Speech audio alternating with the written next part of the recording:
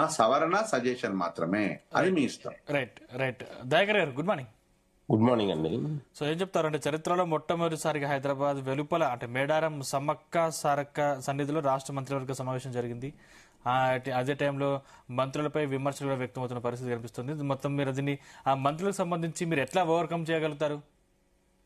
ఇవాళ తెలంగాణ రాష్ట్ర చరిత్రలోనే, ఉమ్మడి రాష్ట్ర చరిత్రలోనే ఒక ఉమ్మడి హైదరాబాద్ రాజధాని సచివాలయాన్ని వదిలి ఇవాళ అడవులలో మేడారం దగ్గర, ఇవాళ వనదేవతల దగ్గర తెలంగాణ కేబినెట్ నిర్వహించినట్టునే ఇవాళ తెలంగాణ అభివృద్ధితో పాటు ప్రజల విశ్వాసాన్ని, ఇవాళ తెలంగాణ సంక్షేమానికి పెద్దపీట వేసిందనే అంశంతో పాటు తెలంగాణలో నెలకొన్నటువంటి సంక్షేమ పథకాలకు ఇవాళ మేడారం సాక్షిగా మనం ఈరోజు అక్కడ ఆమోదం తెలిపినటువంటి పరిస్థితి. ఇవాళ గత సంవత్సరాలు, ఉమ్మడి సంవత్సరాల నుంచి 100 ఏళ్లుగా జరగని ఇవాళ మేడారం సమ్మక్క సారక్కకు ఇవాళ గౌరవ ముఖ్యమంత్రి రేవంత్ రెడ్డి గారి నాయకత్వంలో ఇవాళ దాదాపు 260 కోట్ల రూపాయలు కేటాయించి, దాదాపు 110 కోట్లు ఇవాళ మేడారం గురికి కేటాయించి, ఇవాళ యుద్ధ ప్రతిపాదికన ఇవాళ మనం మేడారం 28వ తారీఖు జరగబోయే జాతరకు ముందుగానే అక్కడ పనులు ప్రారంభించి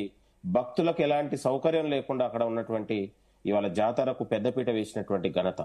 అదేవిధంగా ఇవాళ తెలంగాణలో ఉన్నటువంటి సంక్షేమ పథకాలకు పెద్దపీట వేసి ఇవాళ తెలంగాణ రాష్ట్ర ప్రభుత్వం వచ్చిన నాటి నుంచి నేటి వరకు కూడా సంక్షేమం దిశగానే ఆలోచన చేసింది. ఇవాళ అనేకమైనటువంటి మైలురాయిని మనం తెలంగాణలో సాధించగలిగినాం. ఇవాళ ఇంత ముందుకు మన డాక్టర్ జయరాం గారు చెప్పినట్టు ఇవాళ మంత్రుల మీద ఇవాళ ఉన్నటువంటి కథనాలు కావచ్చు, వాళ్ళకు వివిధ ఉన్నటువంటి ఛానళ్లకు దాన్ని కూడా ముఖ్యమంత్రి గారు నిన్న కేబినెట్ సాక్షిగా కూడా ఖండించారు. ఏదన్నా అవకాశం ఉంటే నన్ను అడిగి మాట్లాడారు, కానీ మంత్రుల మధ్య మీరు ఇలాంటి విభేదాలు సృష్టించే కానీ ఇలాంటి తప్పుడు వార్తలు రాయొద్దని కూడా ఒక రకంగా సంకేతాలు ఇవ్వగలిగింది. దీన్ని ఎవరు కూడా క్షమించారండి. ఇవాళ పత్రికలైనా వేరైనా వాళ్ళకు వ్యక్తిగత ఎక్కడ ఉన్నటువంటి ఏముందో కానీ ఏది ఏమైనా మంత్రుల గారిపైన, నిన్న భట్టి గారి పైన వచ్చిందని కూడా మేము అందరం కూడా ఖండిస్తున్నాం. అది కూడా కేబినెట్ కూడా ఖండించింది.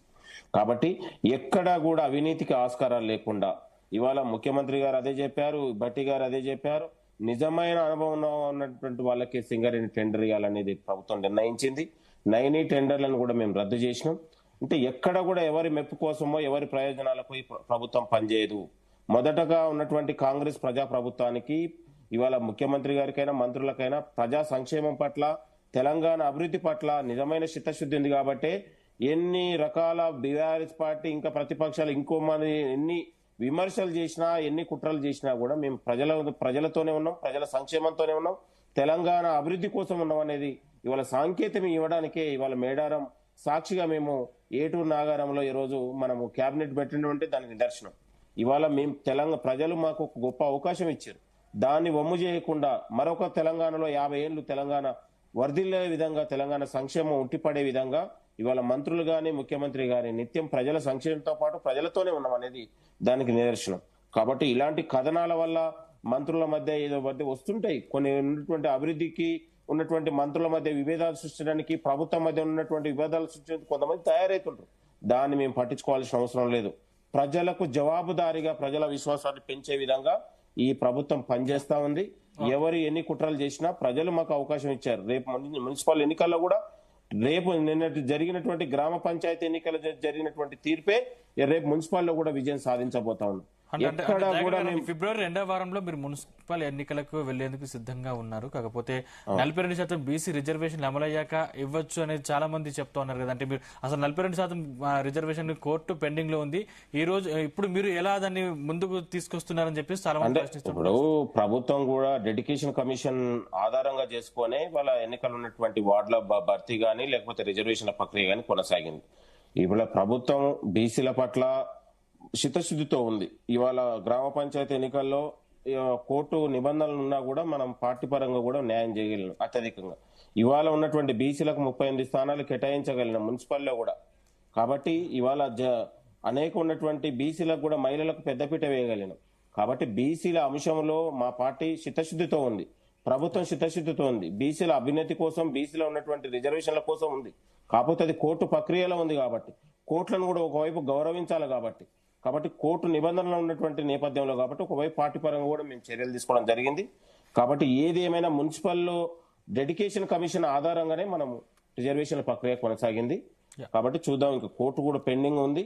కాబట్టి ఏది ఏమైనా ప్రభుత్వం ప్రజల సంక్షేమానికి, ప్రజల కోసం, తెలంగాణ అభివృద్ధి కోసం ఆలోచన తప్ప వేరే ఆలోచన లేదు. ఇంకా అనేక మంది ఇవాళ మంత్రుల అవినీతి గురించి ఇంకో రకాల మాట్లాడు ఎవరు కూడా చూయించినటువంటి దాఖలాలు లేవు. కేవలం గుడ్డగాల్చి మీద వేయడం తప్ప, ఈ ప్రభుత్వం మీద వేయడం తప్ప, మేమందరం కూడా మంత్రులు గాని, ముఖ్యమంత్రి గాని అందరం కూడా సమిష్టి విధానంతో, సమిష్టి నిర్ణయాలతో కలిసి వాళ్ళ తెలంగాణ అభివృద్ధి కోసం పనిచేస్తున్నాము. కొంతమంది విభేదాలు సృష్టించినా దాన్ని పట్టించుకోము, కొంతమంది విమర్శలు చేసినా పట్టించుకో. ప్రజల సంక్షేమమే విశ్వాసంతోనే మేము ఇవాళ ముందుకెళ్తా ఉన్నాం. గతంలో మెట్రో లాంటి పనులు కూడా, ఇవాళ మెట్రో కారిడార్ ని కూడా పూర్తి చేయాలనే ఆలోచన ఈ ప్రభుత్వం తీసుకొచ్చింది. మెట్రోతో పాటు అనేకమైనటువంటి తెలంగాణ హైదరాబాద్ లో ఫ్లైఓవర్ల నిర్మాణం కావచ్చు, మెట్రో కావచ్చు. ఇవాళ అదే విధంగా సంవత్సరాల తరబడి ఇవాళ మేడారానికి, ములుగు, ఏటూరు నాగారం ఏరియాలో గోదావరి నీళ్లు లేని సందర్భంలో ఇవాళ 140 కోట్లు పెట్టి ఇవాళ మనం గోదావరి నీళ్లను కూడా జంపన వాగ్దార కూడా తరలించాలని ఒక ఆలోచన కూడా ఈ ప్రభుత్వం శ్రీకారం చుట్టింది.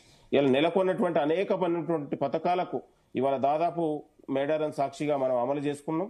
భవిష్యత్తులో కూడా తెలంగాణ ప్రజలు విశ్వాసాన్ని పెంచే విధంగా మరిన్ని సంక్షేమ పథకాలకు మనం పెద్దపీట వేసి తెలంగాణ దీక్ష చూసే విధంగా ఇవాళ బాసర నుండి భద్రాచలం వరకు ఇవాళ మేడారం జాతరను తెలంగాణ ప్రపంచంలో అతిపెద్ద జాతరను ఇవాళ మనం ఉట్టిపడేలా, తెలంగాణ సంస్కృతి ఉట్టిపడేలా ఈ ప్రభుత్వం కృషి చేసింది.